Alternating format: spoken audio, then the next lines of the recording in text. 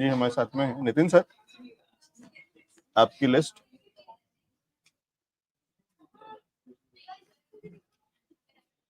Nitin sir, आपका mic mute है। Yes sir, yes sir. मेरी मेरी लिस्ट में 2 सेक्टर है। इनफैक्ट मैं पहले क्लियर कर दूं, लास्ट वीक में किसी ऑलरेडी जो सो प्रोग्राम था मेरा कुछ, वहाँ मुझे पार्टिसिपेट करना था, इसलिए मैं कनेक्ट नहीं हो पाया था। मैं बट फिर भी टाइम निकाल कर मैं कनेक्ट हुआ था और कहीं ना कहीं लोकेश जी से एक सवाल पूछा था टेलीकॉम सेक्टर के ऊपर में, और खासकर भारतीय एयरटेल के ऊपर में। सर उस दिन मैं अगर कनेक्ट होता तो मैं टेलीकॉम सेक्टर के ऊपर ही बोलने वाला था और भारतीय एयरटेल पर ही बात करने वाला था, क्योंकि देखिए जो आपने जुपिटर की बात की है और जो टॉरस में जा रहा है, वेनस का लॉर्ड है, एंड मर्क्यूरी भी देखिए 13 मई के बाद से चेंज हो रहा है, और मर्क्यूरी जो अभी तक परफॉर्म नहीं कर रहा था वो परफॉर्म करना स्टार्ट कर दिया धीरे धीरे।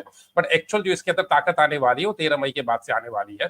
तो कहीं ना कहीं एक टेलीकॉम सेक्टर को लेकर मैं एक हिंट देना भी चाह रहा था, बट उस दिन मैंने सवाल पूछ करके जो है सो अपनी बात को रख ली। तो मैं उसी बात को आगे बढ़ाता हूँ। टेलीकॉम सेक्टर, इसके अंदर में इंटर करें आने वाला 6 से 8 महीना टेलीकॉम सेक्टर का है, बैंकिंग एंड फाइनेंशियल सेक्टर का है, क्योंकि जुपिटर एंड वेनस का कॉम्बिनेशन बहुत जबरदस्त रैली देने वाला है सर।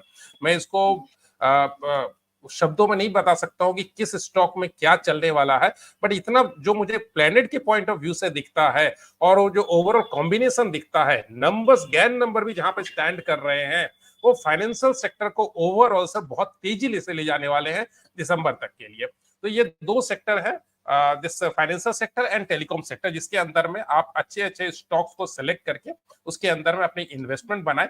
शॉर्ट टर्म इन्वेस्टमेंट भी अगर दिसंबर तक के लिए भी बनाते हैं, अगर नेक्स्ट 6 से 8 महीने का, इसमें भी मुझे लगता है कि आपका घाटे का सौदा नहीं होगा। और अगर लॉन्ग टर्म अगर रखना चाहते हैं तो 2025 तक का टारगेट लेकर चले, 1 से 1.5 साल का, आपको एक अच्छा मुनाफा इसके अंदर मिलेगा। स्टॉक स्पेसिफिक अगर बात करूं तो मुझे लगता है कि AU small finance bank bottom pick के लिए बहुत बढ़िया लग रहा है। मैंने अपने क्लाइंट को भी रिकमेंड किया है और मेरी भी पर्सनल होल्डिंग जो है अभी लास्ट 10-12 दिनों से इसके अंदर में बनी हुई है।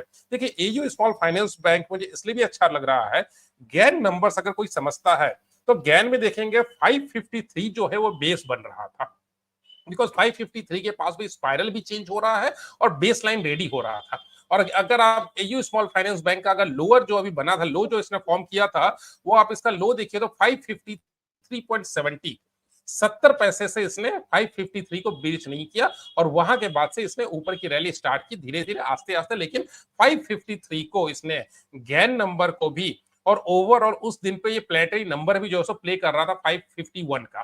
तो 551 उसी दिन पे, जिस दिन पे इसने लो बनाया है, वो 551 का प्लेनेटरी नंबर और 553 का गैन नंबर, इसको इसने रेस्पेक्ट दिया और वहां पे इसने लो फॉर्मेशन करके अब इसने अपनी रैली स्टार्ट की है। इस जगह पर अब जो ओवरऑल फाइनेंशियल सेक्टर में आरबीआई की तरफ से गाइडलाइंस आ रहे हैं, या ओवरऑल जो फाइनेंशियल सेक्टर के अंदर में जो भी घटनाएं घट रही है, तो मुझे लगता है कि ये स्टॉक बॉटम फिशिंग के लिए इस जगह पर भी बहुत ही लिक्विडेटिव है। 618 620 के आसपास में, 616 आसपास चल रहा है अभी, 618 620 के आसपास में इन्वेस्टमेंट बुरा नहीं है। आने वाले समय मुझे लगता है दिसंबर तक में ही 785 का मेरा टारगेट इसके अंदर में निकल कर आ रहा है।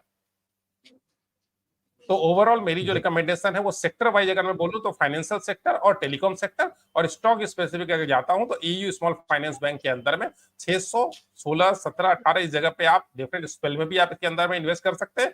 दिसंबर तक का टारगेट 785 का जी। तो ईयू स्मॉल फाइनेंस बैंक, और डिस्क्लेमर भी दे ही दिया है नितिन जी ने कि साथ ही साथ उनकी पर्सनल होल्डिंग भी इसमें है या हो सकती है। तो ये कुछ एक अच्छे स्टॉक्स, यानी भारतीय एयरटेल, टेलीकॉम, उसका भी कारण आपको बता दिया, और एयू स्मॉल फाइनेंस बैंक। ठीक है, चलते